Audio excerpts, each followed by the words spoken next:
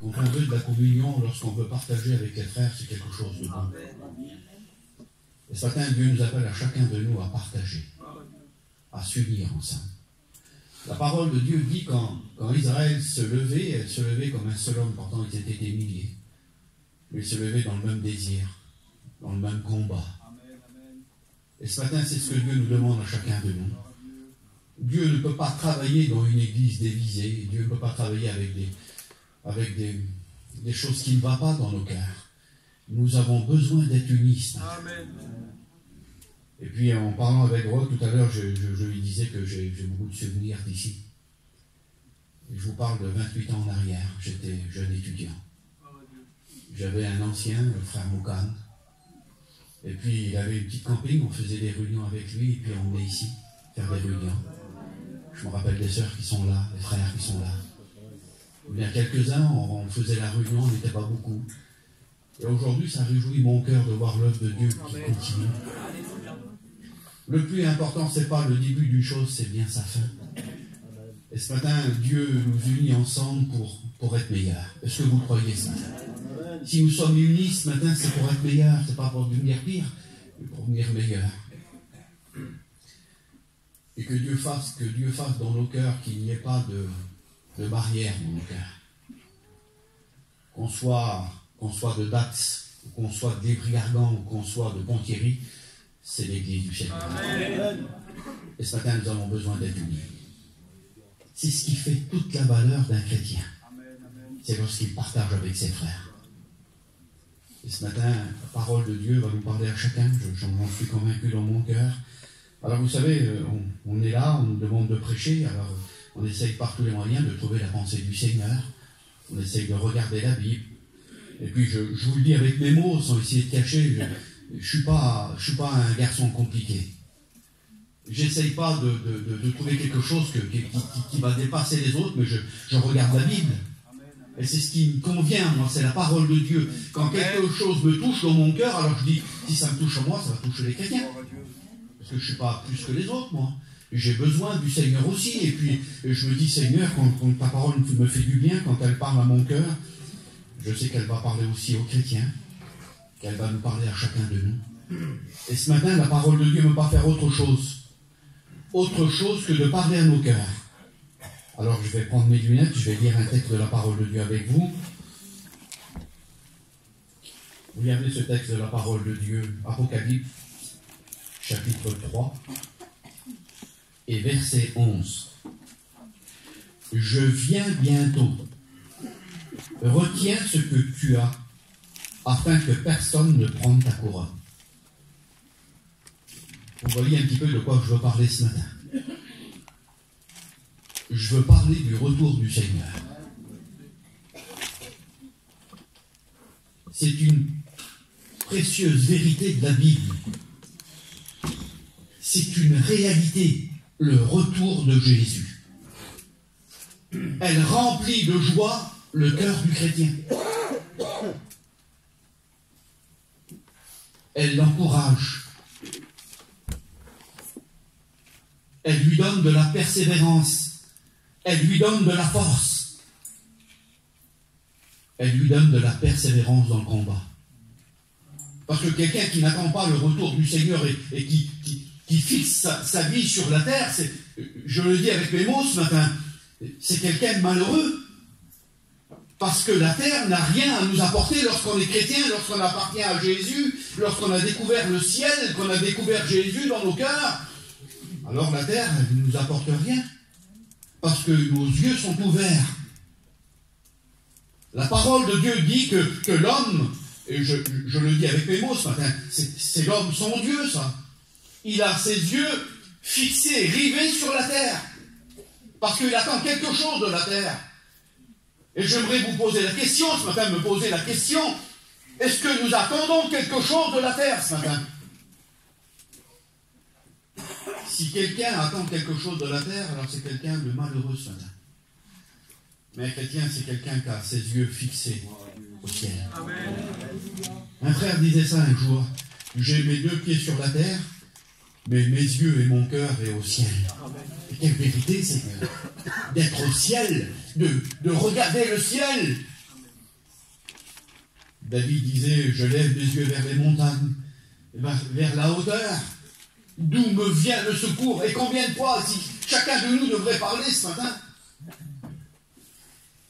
combien de fois que Dieu a intervenu dans nos vies, dans nos foyers, dans nos familles, pour nos malades, quand on a levé les yeux au ciel et qu'on a demandé à Dieu, Seigneur, viens bénir ma vie, viens bénir ma famille, viens bénir mes parents. Et le Seigneur a intervenu. Je voyais pour Paul tout à l'heure, il me disait qu'il y a eu quelques petits soucis dans sa famille, moi aussi. J'ai eu mon petit neveu qui était malade, qui a attrapé cette maladie. Je me trouvais à Paris, je me préparais pour faire mes affaires, pour partir en mission avec le frère Carlo. Je voulais partir avec eux. Et puis ma soeur m'a appelé. Elle m'a dit, mon frère, viens vite à l'hôpital, mon petit, il n'est pas bien, il se passe quelque chose. Et quand j'étais à l'hôpital, on lui a passé une radio, on lui a dit, monsieur, voilà, vous êtes atteint de cette maladie. Je ne dis pas dans quel état était ma soeur. Mon beau-frère était en prison, j'allais le visiter, moi, en prison. Il était en prison, son fils était malade. Et puis j'étais là, j'étais désemparé. Et puis, à un moment donné, ce texte de la parole de Dieu, j'ai levé mes yeux vers le ciel. J'ai dit, le Seigneur, le secours vient de toi. Et puis le secours est venu de l'Éternel. Il a béni mon petit neveu aujourd'hui, il est comme vous, comme moi. Il est complètement guéri. L'année s'est passée, je suis encore préparé pour partir. Ma mère a été atteinte de cette maladie. J'ai dit, Seigneur, qu'est-ce qui se passe encore? On a été voir le docteur qui a soigné mon petit neveu. Il a dit, voilà, monsieur, c'est très grave pour votre mère. C'est plus grave que pour mon petit neveu, c'est plus grave. Et puis elle a fait ses traitements. Et puis le Seigneur l'a bénie. Il a posé sa main sur elle. Elle avait une paix que je ne peux pas vous dire. Et puis dernièrement, elle a passé sa visite. Le docteur a dit, madame, vous êtes guérie, vous avez vu, plus rien, c'est fini. Vous pouvez repartir chez vous. Dieu a étendu sa main. Dieu n'a pas cessé encore de tendre sa main. Quelles que soient nos difficultés, c'est pas toujours la maladie, parfois, c'est parfois des problèmes intérieurs. Je sors de mon message, mais je vous dis ce qu'il y a sur mon cœur ce matin. Il y a des problèmes intérieurs, des problèmes de foyer qu'on ne peut pas résoudre. Mais je te donne un conseil ce matin. Lève les yeux vers les montagnes, d'où te vient le secours. Le secours vient de l'Éternel. Et ce matin, il veut bénir nos cœurs à chacun. Il veut bénir nos vies.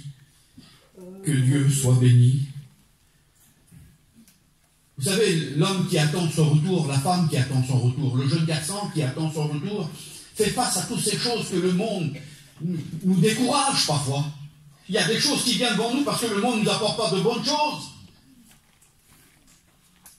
Il y a des gens qui, quand ils ont fait une bonne affaire, ils disent, ça y est, j'ai reçu une bonne chose.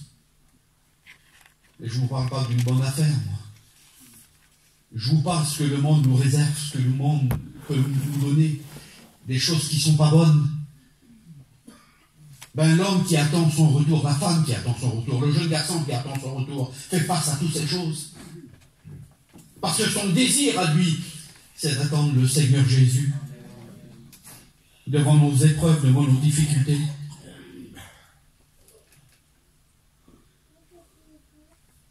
La réalité de son retour nous rend plus que vainqueurs. Quelqu'un qui attend le retour du Seigneur, c'est quelqu'un qui est vainqueur.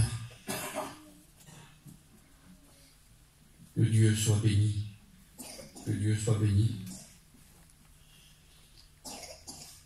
Il y a parfois dans nos cœurs des doutes. On l'écoute souvent, nous, hein. Malheureusement, on l'écoute souvent. Mais il y a combien de temps qu'ils disent que le Seigneur revient? Mais j'aimerais vous dire que son retour est certain. Son retour est quelque chose de vrai. Plus de 300 fois, il est marqué dans la Bible que Jésus revient. C'est quelque chose de fort. Ce que Dieu a annoncé, c'est toujours réalisé. Il a annoncé le déluge, et le déluge est arrivé. Il a annoncé que le feu allait tomber sur Sodome, et le feu est tombé. Il a annoncé que son Fils allait venir sur la terre des hommes. Et Jésus est venu. Il est venu nous apporter le salut. Il est venu nous apporter l'amour. Il est venu nous apporter le pardon de nos péchés.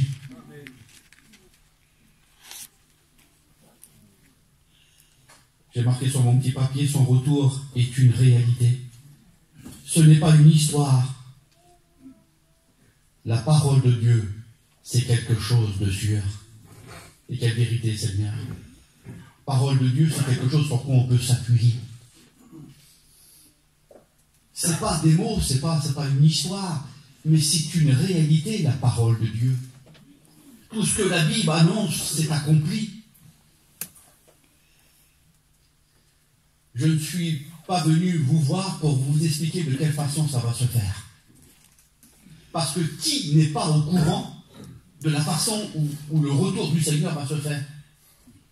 Il y a des petits garçons qui ont 13-14 ans, lorsqu'on leur parle du retour du Seigneur, ils sont capables de nous citer des textes et de quelle façon ça va se produire.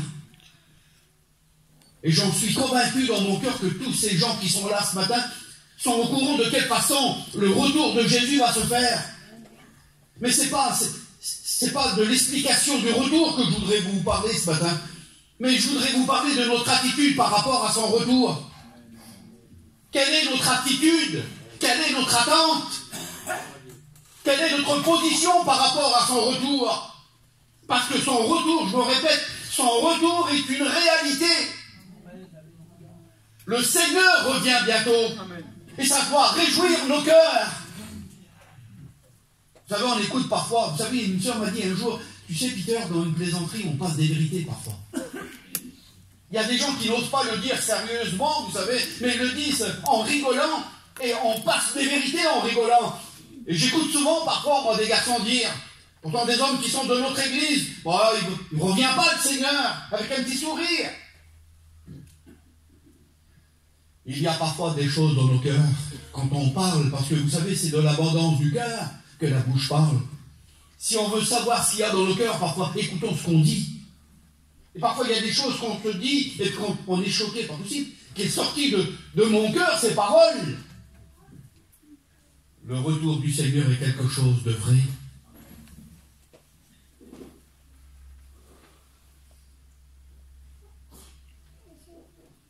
Quelle est notre attitude par rapport à son retour?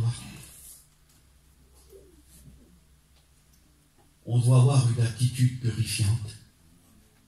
Le texte de la parole de Dieu m'en parle. 1 Jean 3:3. Quiconque a cette espérance en lui se purifie comme lui est pur.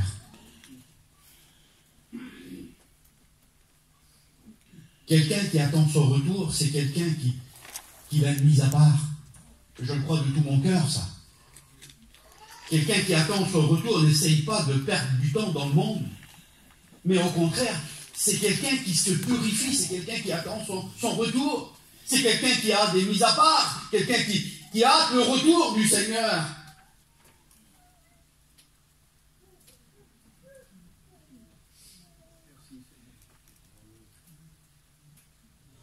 C'est très choquant ce que je vais vous dire ce matin. Mais Dieu ne nous demande pas à chacun de nous de bien expliquer son retour. Ne demande pas le Seigneur. Il ne dit pas lorsque tu vas parler du retour, il faut que tu donnes une bonne explication. Il faut que bien t'expliques. C'est surtout le vivre. C'est ce que Dieu nous demande à chacun de nous, mes frères. C'est de vivre son retour. Vous connaissez cette histoire, je vous la cite, tant pis. Vous connaissez cette histoire de cet homme, cet orateur qui était sur le bateau, et puis qu'il a demandé, là, cet orateur, aux gens qui étaient là devant lui, voulez-vous que je vous cite quelque chose? Et puis un vieillard qui était au fond, penché sur sa canne, il s'est levé et lui a dit, monsieur, pouvez-vous citer le psaume 23? Et puis l'histoire nous dit que cet homme a commencé à rire, il a dit, c'est tellement facile de le faire. Alors il a pris la Bible, et puis il a proposé quelque chose à ces gens qui étaient là. Il a dit, je vais citer ce texte, si vous voulez, et après le vieillard va le citer à son tour. Et l'histoire nous dit, si vous voulez, avec un mépris ou avec un air moqueur, elle dit ça. Et puis à un moment donné, si vous voulez, cet homme est monté sur l'estrade, et puis cet orateur a commencé à citer le psaume 23 que vous connaissez. L'Éternel est mon berger, je ne manquerai de rien. Il me fait reposer dans des verts pâturages. Il restaure mon âme. Quand je marche dans la vallée de l'ombre et de la mort, je ne crains aucun mal, car tu es avec moi. Et puis quand il a fini, tout le monde a applaudi. C'était beau, c'était merveilleux, ça va arrêter à tous les points. Et puis à un moment donné, il a dit sur le vieillard, c'est à vous, monsieur, maintenant. Puis l'histoire nous dit que le vieillard est monté sur l'estrade tout tremblant, penché sur sa canne. Et puis, chose bizarre, il a cité il a dit les mêmes mots, si vous voulez. Il a dit les mêmes phrases. Et quand il a fini, l'histoire nous dit qu'il y a eu un grand silence. Pas d'applaudissements. Personne n'avait applaudi. Et puis, l'orateur qui était à côté, il a regardé un peu les gens, et puis il a vu les larmes qui coulaient sur les visages. Alors il a compris le message. Il est monté sur l'estrade, il a pris le vieillard par le cou, et il a dit, moi je connais le psaume, mais lui connaît le berger. Et voilà toute la différence, mes frères et sœurs. C'est bien de connaître l'écriture, c'est bien de connaître la Bible, mais c'est de connaître l'auteur de la Bible. On a besoin de connaître Jésus intimement, rentrer dans sa présence. C'est ce qui fait toute la réalité de son retour. C'est de vivre la parole du Seigneur. Vous savez, je sais que chaque année, et puis le frère Roth en a fait partie, il y a des séminaires, il y a des voyages en Israël, et puis des frères sont engagés pour aller en Israël. J'ai été, moi, en 87, j'étais en Israël. Et puis quand on va aller quelque part, alors on se renseigne, on va aller trouver des frères. Certainement qu'il y a eu des gens vers Roth en lui disant, Roth, comment c'est là-bas? Explique-moi un petit peu. Qu'est-ce qu'on mange? Comment il est le pays? Et puis, les frères qui aiment le pays, c'est le pays du Seigneur, automatiquement, on aime. Et puis, quand on aime quelque chose, on prend le temps d'expliquer. Et les frères ont expliqué le retour pas le retour, mais si vous voulez, l'endroit là-bas, Israël. Puis les frères qui n'étaient pas trop chauds, tellement bien expliqué, tellement bien dit, ils ont dit tant pis j'y vais, je ne suis pas trop chaud mais je vais quand même. Ils ont eu la chance de tomber sur des frères qui aimaient le pays. Alors moi j'ai marqué sur mon petit papier, quand on aime un pays, on prend le temps d'expliquer. Quand on aime le ciel, mes frères, on prend le temps d'expliquer. On prend le temps de s'asseoir et d'expliquer aux gens qu'ici, y a au ciel, malgré qu'on est limité, si vous voulez, qu'on n'a pas trop de lumière, mais on sait qu'il y a quelque chose de bon qui nous attend. Et puis l'empressement d'un frère, c'est quelque chose de merveilleux. Un jour, on était dans notre église et Garzo venait d'un pays. C'est la première fois qu'il est allé dans le pays, je me souviens plus où c'était. Il est venu, Garzo. Et puis, en rentrant dans l'église, je l'ai vu parler avec des frères. Et la façon qu'il expliquait, j'étais béni. Il ne m'expliquait pas à moi, il l'expliquait aux autres. Et quand je suis passé dans la rue, je l'ai regardé et j'ai vu l'expression de son visage. J'ai été béni. Quelle est notre expression de visage, mes frères, par rapport au retour de Jésus? Il y a des chrétiens parfois qu'on n'ose plus aller chez eux. Ils sont tellement tristes. Et qu'est-ce qui fait la joie de nos cœurs? Est-ce qu'on a fait une bonne journée sur le marché? On a travaillé. C'est pas ça qui fait la joie d'un chrétien. Ce qui fait la joie d'un chrétien, c'est son retour. C'est le retour de Jésus qui revient bientôt. Amen. Le Seigneur revient bientôt. Et je vous parle de ça pour réveiller un peu en vous, s'il y aurait peut-être quelques-uns, pour réveiller en vous son retour. Le retour de Jésus est proche. Que Dieu soit béni. Alors les frères, ils ont décidé d'aller. On dit, moi je vais y aller. Les frères se sont engagés. Et puis vous savez ce qu'ils ont fait? Moi j'ai été aussi. Et puis à l'époque, je ne sais pas si c'est encore comme ça, il faut des dollars. Payer des dollars, c'est mieux. Alors moi, chaque coup j'avais un petit peu de sous, j'allais à la banque et je changeais mes sous. Changer mes sous pour avoir des dollars, pour investir là-bas en Israël. Je voulais investir là-bas. On a besoin d'investir dans le ciel, mes frères. Mes sœurs, on a besoin d'investir dans le ciel. Mais je dis, qu'est-ce que j'ai à investir? Explique-moi un petit peu. Le témoignage que tu rends autour de toi. La petite sœur que tu vas avoir de temps en temps, là, puis tu lui parles du Seigneur, tu es en train d'investir dans le ciel. Le petit mot que tu as dit à un tel, là, l'autre que tu as aidé, là, l'autre que tu as encouragé, tu as investi dans le ciel. J'ai toujours pensé ça, bon, c'est peut-être bizarre, ma pensée est peut-être bizarre. J'ai pensé que lorsqu'on sera dans le ciel, on verra quelqu'un peut-être qui va nous interpeller en disant, viens voir, merci mon frère. Pourquoi? Merci. Un jour tu m'as témoigné du Seigneur. J'étais dans ma misère, dans ma difficulté. Il y avait une montagne devant moi. Et à un moment donné, tu m'as parlé de Jésus. Tu m'as dit que Jésus était capable d'arranger ma situation. Qu'il était capable de pardonner mes péchés. Et puis, j'ai pris cette parole par la foi. Amen. Et puis, je me suis mis dans ma camping ou dans ma chambre et j'ai prié Dieu. Si ce frère vivrait, si cette sœur vivrait, viens arranger mes problèmes. Viens pardonner ma vie. Et puis, j'ai été pardonné. Jésus m'a changé. Jésus m'a transformé. Et aujourd'hui, je suis un chrétien. Quelle beauté d'être un chrétien. Amen. Quelle beauté de vivre l'évangile. Vous savez que pas besoin de parole parfois. On n'a pas besoin de parler. Pas besoin de dire un grand discours qu'on dit ce matin. Pas besoin de parler parfois. Notre témoignage parlera plus fort que notre langage. Ça me gêne de vous dire ce que j'ai à vous dire, mais je vous le dis. Je vous le dis avec la grâce du Seigneur. Avec la grâce du Seigneur. Je suis aumônier depuis 23 ans.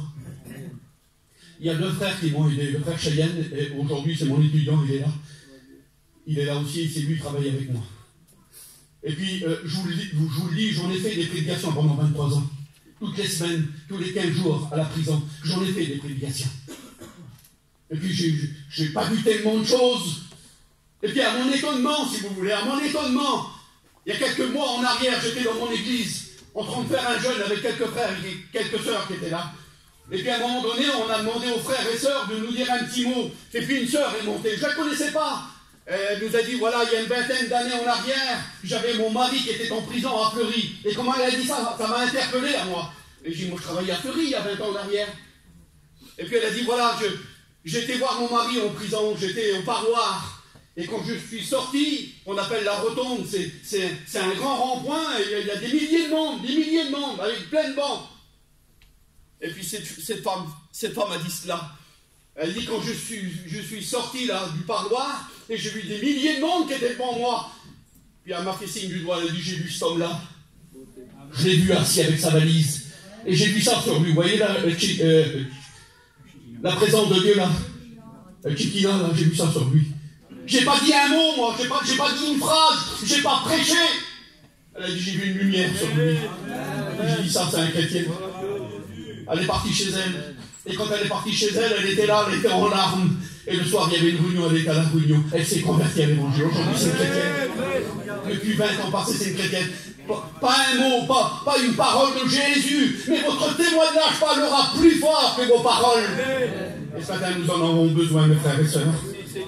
Besoin de vivre cette réalité. Désirer son retour. Que Dieu soit béni. Je vous explique cette histoire que vous connaissez peut-être. Un homme était parti un jour. Il était parti tout seul avec son camping, ses petits-enfants, sa femme. Et puis il avait une grande route à faire. Et puis à un moment donné, il se faisait tard, la nuit venait, il a dit, il faut que je me mette quelque part, en sécurité. Et puis il a vu une place désignée qui était là. Alors qu'est-ce qu'il a fait? Il a pris son camping, il est venu devant là-bas, il s'est arrêté, il a sorti dehors, et puis il a cherché une petite place. Puis il a demandé aux gens qui étaient là, il n'y a pas une petite place, voilà, je suis de passage pour une journée. Et puis les gens ont dit, non, il n'y a pas de place. Il n'y a pas de place. Oh, tu vois bien, regarde comment c'est, il n'y a pas de place. Puis ce homme-là, il est reparti dans son véhicule, avec son camping, puis il est parti. Et il sortait de la place. Et puis un étudiant, il a dit, mais c'est qui ce camping-là? Il dit, oh, laisse-le passer, il dit, c'est un homme qui est venu pour passer une journée, et puis l'étudiant, il n'a pas fait comme eux, il a couru lui, derrière lui. Il a arrêté. Il dit, tu fais quoi? Il dit, voilà, je voulais passer une journée là, j'ai des petits-enfants, t'as vu, j'ai peur sur le parking. Ben, il dit, tu viens pas de chez moi, viens. Mais non, je ne veux pas te déranger. Viens, je te dis, viens, tu vas pas me déranger. Vous savez ce qu'il a fait? Il a enlevé son camion. Sa femme l'a aidé. Il a enlevé le petit camping. Et puis il a placé l'homme. Il l'a placé. Et puis le soir, l'homme s'est couché. Il devait partir le lendemain. Et puis il a dit à sa femme, t'as vu comme les gens qui garçon là? T'as vu la façon qu'il a fait? L'empressement qu'il avait pour nous placer? Et il dit demain, on va y faire un petit repas. Et la femme a accepté, bien sûr. Elle dit, ben oui, on va faire un petit repas. Et puis le matin, il s'est levé, ils ont bu du café. Il a dit, alors, tu fais quoi? Ben, il dit, mon frère, voilà, c'est gênant ce que je vais te dire. Il dit, voilà, je voudrais te faire un petit repas. T'es gentil pour moi. Et puis, si je te fais un petit repas, je ne pourrais pas partir aujourd'hui, je partirai demain. Mais c'est pas grave, il a dit le garçon. Pas grave, mon frère. On va faire un petit repas, on va manger ensemble. Et puis, après le repas, ils ont mangé ensemble. Puis, ça a fini à 7h, 7h30. Et lui, le petit étudiant, il faisait une réunion en dessous d'un soir. Il a dit sur lui, tu viendrais pas à la réunion, je fais une petite réunion avec ta femme.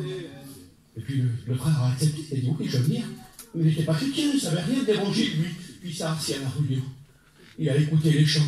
Il a écouté la prédication, l'étudiant a prêché, il s'est converti, il a donné son cœur. Il est devenu un serviteur de Dieu. C'est pas que l'étudiant prêchait bien, c'est qu'il vivait ce qu'il disait. Ce qui nous permettra aux gens de découvrir le retour de Jésus, c'est de vivre cette réalité, mes frères et sœurs.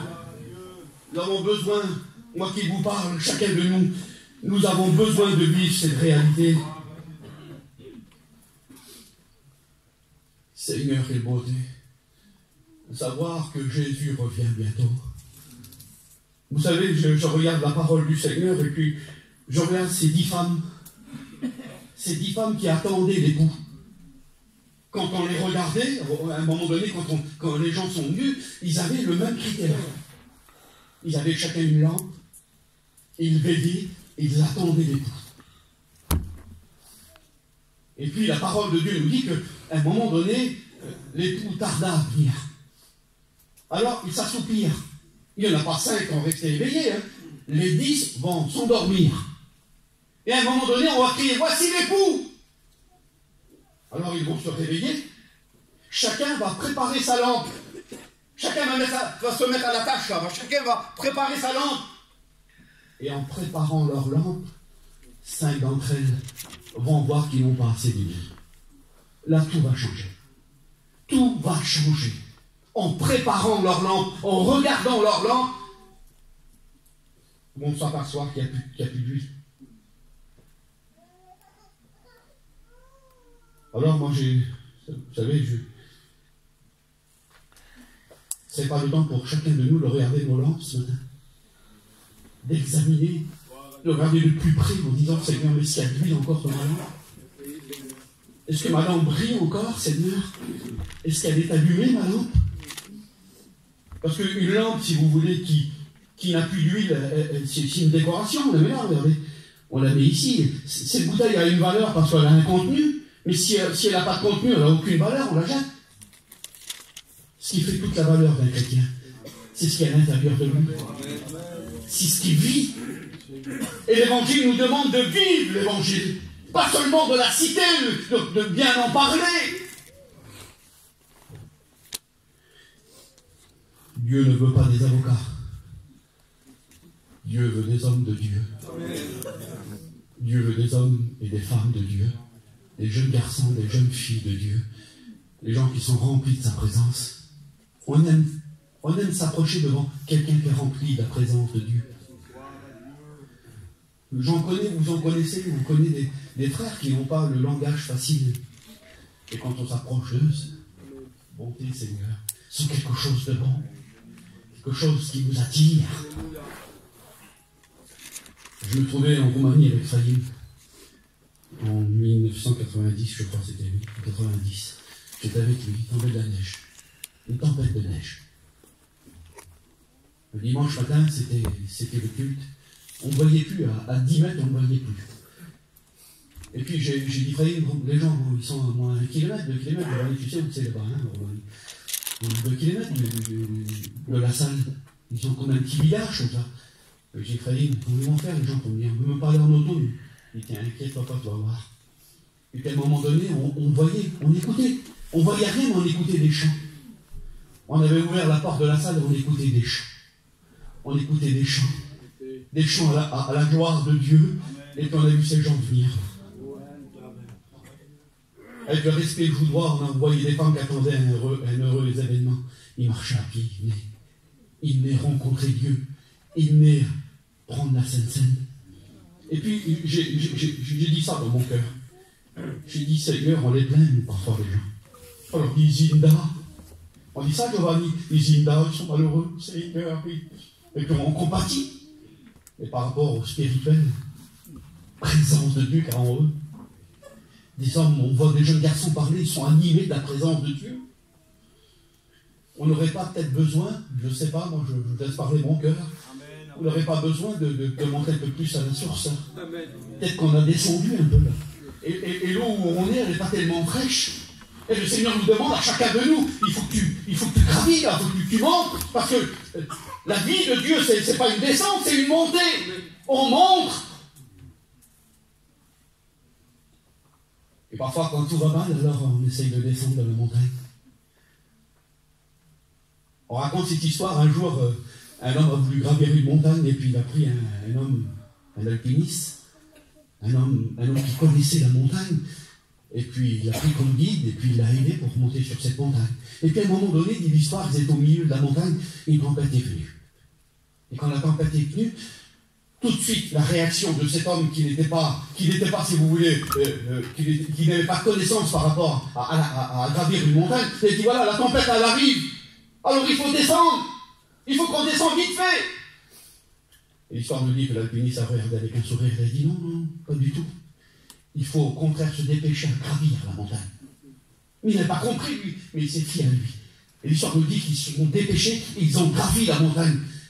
De sorte que la tempête, lorsqu'elle est venue, elle est passée au-dessous d'eux. Ils étaient en haut de la tempête. Mais j'aimerais vous dire ce matin que Dieu nous demande à gravir. Et puis le seul qui sache ce qui s'est passé à Jérusalem, c'est deux hommes sur le chemin d'Emmaüs. Et puis à un moment donné, quand ils sont venus au village, la parole de Dieu nous dit que Jésus semblait vouloir aller plus loin. Jésus voudra qu'on va toujours plus loin. Il nous donnera les moyens, mes frères et sœurs. Ils ont monté dans cette barque, sur l'ordre de Jésus, traversé de l'autre côté. La parole de Dieu nous dit qu'ils ont eu des problèmes, des difficultés. Le vent était là. Le vent contraire, ils en ramaient, ils n'arrivaient pas. Et puis à un moment donné, Jésus est venu. Parce qu'ils ont obéi à Jésus. Quand on obéit à Jésus, Jésus vient nous aider. L'obéissance vaut mieux que tous les sacrifices. Et ce matin, Dieu nous appelle à chacun de nous. À chacun de nous, Dieu nous appelle à gravir cette montagne. Que Dieu soit béni. Que Dieu soit béni. Écoutez ce texte de la parole de Dieu. Luc chapitre 12 et verset 35. Que vos reins soient sains et que vos lampes soient allumées. Ô Seigneur. La vérité représente les reins comme la vérité. Que la vérité soit dans mon cœur. Un chrétien, c'est pas quelqu'un qui essaye de parler. Je le dis assez souvent et on l'écoute souvent par nos prédicateurs, je n'invente pas. On voit tout de suite parmi notre peuple quelqu'un qui essaye de paraître quelque chose. On a la finesse, je ne sais pas comment, mais on voit tout de suite. On a parlé 2 fois avec lui, 3 fois avec lui, ou avec la sœur. On voit tout de suite. Je ne sais pas si c'est un don de discernement que Dieu nous donne, mais on est peint pour ça. Je dis, moi, voilà, c'est dommage. Quel dommage s'il serait vrai, ce frère, ou si cette sœur serait vraie, combien de bénédictions. Alors le Seigneur nous demande d'être vrai ce matin. Pas seulement d'être vrai, mais que nos lampes soient allumées. Soyez semblables à des hommes qui attendent que leur maître revienne des noces, afin de lui ouvrir dès qu'il viendra. Quand on regarde l'histoire, si vous voulez, j'ai regardé un petit peu, les commentaires disent ça. Quand les serviteurs attendaient leur maître, quand on disait, il n'est pas loin, il arrive, il vient. Alors vous savez ce qu'ils faisaient? Ils allumaient des lampes et ils allaient à sa rencontre. Beauté Seigneur. Ils venaient devant leur maître avec des lampes allumées. Examinons ce matin. Je l'ai dit assez souvent, c'est tellement facile d'examiner la vie de l'autre. C'est tellement facile, mon Charlie, de regarder en ta vie, c'est tellement facile pour moi. Mais j'ai besoin de regarder dans ma vie. J'ai besoin d'examiner ma vie. J'ai besoin de regarder. Et puis vous savez, faire le constat de sa vie n'est pas le résultat de quelque chose encore. C'est bizarre ce que je vous dis là. Mais quand on regarde la parole de Dieu, on prend le fils prodigue, lorsqu'il était, si vous voulez, dans les champs, il gardait les pourceaux, il a fait le constat de sa vie. Hein. Il est venu en lui-même. Il a dit, mais ici, moi, je meurs de faim. Vous savez, parfois, on écoute des prédications, je me dis, c'est vrai ce qu'il dit, frère. C'est vrai. J'ai besoin de ça, j'ai besoin de ça, j'ai besoin de ça. Mais qu'est-ce qui fera toute la valeur de ce message? C'est lorsqu'on le met en réalité. Tant que le fils prodigue n'avait pas mis en réalité ce qu'il pensait, il était toujours dans le champ. Il était toujours avec les pourceaux, il mourait de faim. Puis à un moment donné, il dit la parole du Seigneur, il a dit, je me lèverai. C'est une décision. Une décision personnelle. C'est pas sur l'émotion de quelque chose. On vit parfois des émotions. On est là, on est dans l'église parfois. On vit avec le groupe. Mais Dieu nous demande de nous détacher. Pas de s'éloigner d'eux, hein, pas du tout. Mais pour notre réflexion, on a besoin de se détacher, de se présenter tout seul devant lui. Il s'est présenté tout seul devant Dieu, le fils prodigue. Il a dit, moi je meurs de faim ici. Alors je vais me lever. Et je vais aller dans la maison de mon père. Quand il s'est levé, la bénédiction était sur lui. La bénédiction était sur lui. Et puis, il a commencé à avancer, à marcher, à marcher, à marcher. C'est peut-être bizarre ce que je vais dire encore ce matin. Peut-être qu'il y a des gens qui peuvent me dire, et puis dire, pourquoi tu parles du fils prodigue? On est là ce matin. On prie, on chante. On est là. Et parfois, il y a des choses qui ne sont pas déclarées. Il y a des choses qu'on vit personnellement et qui ne sont pas déclarées à l'Église. Et puis on s'aperçoit qu'on recule. Au lieu d'avancer, on recule. Et puis, je vous le dis avec mes mots ce matin, vous n'avez pas besoin de le confesser à vos responsables. Hein. Vous n'avez pas besoin de le confesser à Jimmy le président. Hein. Mais j'aime ce texte de la parole de Dieu. Quand tu pries, rentre dans ta chambre. Ta vie personnelle avec lui, ça ne regarde pas le pasteur, ça ne regarde pas le chrétien qui est à côté de toi. Mais ta vie personnelle, tu as besoin de rentrer dans ta chambre. Cette vie intime avec lui, Seigneur, c'est vrai. J'ai besoin de vivre cette réalité. J'ai besoin de vivre ton retour, Seigneur.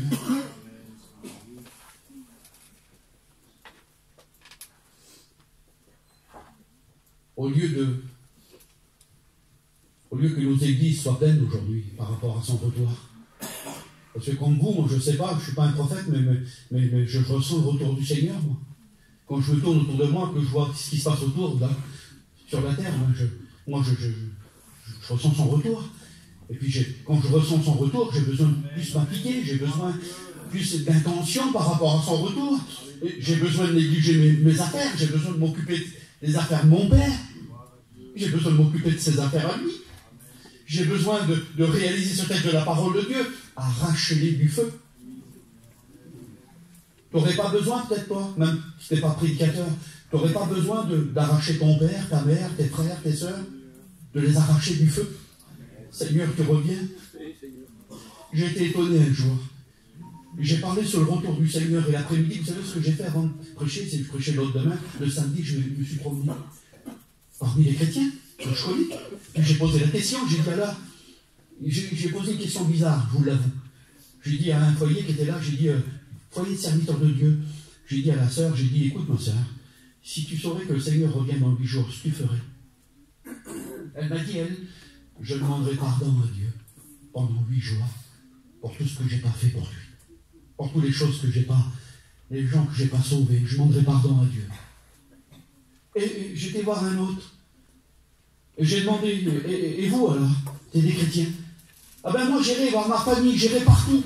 J'irai leur dire que Jésus revient dans 8 jours. Et j'en ai fait plein, des caravanes comme ça, plein sur le terrain. Et moi j'attendais ça, j'attendais ce mot en disant, mais Peter, tu me poses la question que Jésus vient dans 8 jours. Mais moi j'attends aujourd'hui. J'attends qu'il vienne maintenant, moi. J'attends à tout moment, Seigneur. Il n'y avait pas dans ce langage en disant, ben, le Seigneur revient, peut-être ils peuvent revenir avant 8 jours, Seigneur. Non. Comment on l'attend, mes frères et sœurs? De quelle façon on l'attend? Est-ce qu'on l'attend avec le grippé à nos affaires? Parce que vous savez, quand quelqu'un attend le retour du Seigneur, Je ne vais pas dire qu'il néglige les affaires, parce qu'on a besoin, hein, on est sur la terre, on a besoin de faire nos affaires, on a besoin de travailler. Mais je ne vous dis pas, ce matin, je ne dis pas ce que je n'ai pas dit, je ne vous dis pas, allez plus travailler. Hein. L'apôtre Paul dit, celui qui ne travaille pas ne mérite pas de manger. Besoin de pouvoir nos besoins, parce que mon assurance, c'est pas vous qui allez la payer demain. Hein. Comprenez ce que je vais vous dire, hein. Chacun a besoin de faire ses petites affaires. Mais de quelle façon on s'attache à la terre? De quelle façon on s'attache au ciel? Parce que j'aimerais vous dire que les gens, même les gens qui ne sont pas chrétiens, font la différence. Hein. Parce que quand vous allez témoigner à quelqu'un, vous, j'ai témoigné à quelqu'un, moi, tu sais, mon frère, le Seigneur t'a vu, le Seigneur veut te sauver, le Seigneur revient bientôt. C'est bien, gloire à Dieu, amen. Mais c'est pas ça qu'il voit, lui. Hein. C'est ma vie qu'il voit après. Et quand il regarde ma vie, il va dire, au lieu de me parler, tu ferais pas mal de se regarder. Hein. Parce qu'il parle du retour de Jésus, mais il a grippé à la terre. Hein. Vous voyez l'équilibre des choses? Il faut avoir un équilibre quand même, il faut correspondre. Mettez tous vos efforts pour correspondre à ce que vous dites. Pour quelle raison, Peter? Dites-moi alors, dis-moi pour quelle raison. Ben, ce que tu vas dire, ma soeur, ce que tu vas dire, mon frère, va porter plus fort. Va agir plus fort. Parce que quand on vit l'évangile, parfois je vous dis, on n'a pas besoin de témoigner, mais quand on vit l'évangile et qu'on dit un mot, alors c'est quelque chose de fort, quelque chose de puissant. Et nous avons besoin, mes frères. Parce qu'un chrétien, ça se démarque. Un chrétien, c'est quelqu'un qui tient sa lampe. Alors ce matin, nous avons besoin de regarder, examiner.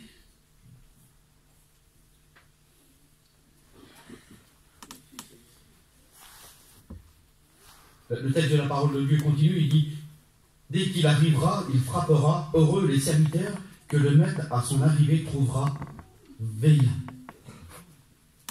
Je vous le dis, en vérité, il les fera mettre à table et s'approchera pour les servir.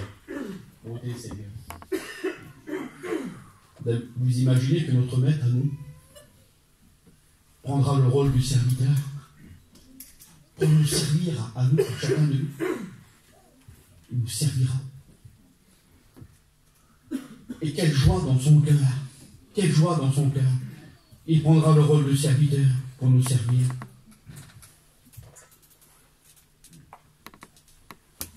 C'est pas autre chose, je vous le dis de la part du Seigneur.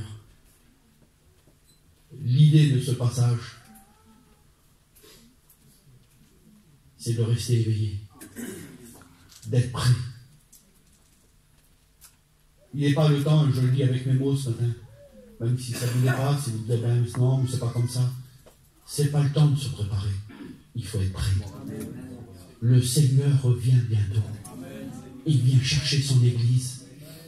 Et moi, ça me réjouit, je vous le dis de la part du Seigneur. Je vois les vieilles sœurs qui sont là, les sœurs qui sont là, ça me réjouit.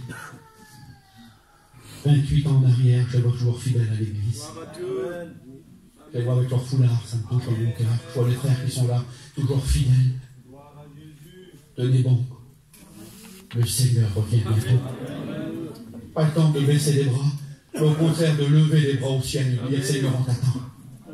Viens, dit l'époux, viens Seigneur. L'esprit d'époux dise viens. Ce matin, ayons dans nos cœurs ce sentiment de dire Seigneur, tu reviens bientôt. Et à cet effet, je voudrais que Finger prenne la guitare. Prends la guitare, Finger, je vais chanter un cantique concernant le retour du Seigneur et on va prier le Seigneur. Alléluia. On va chanter ensemble à la gloire du Seigneur.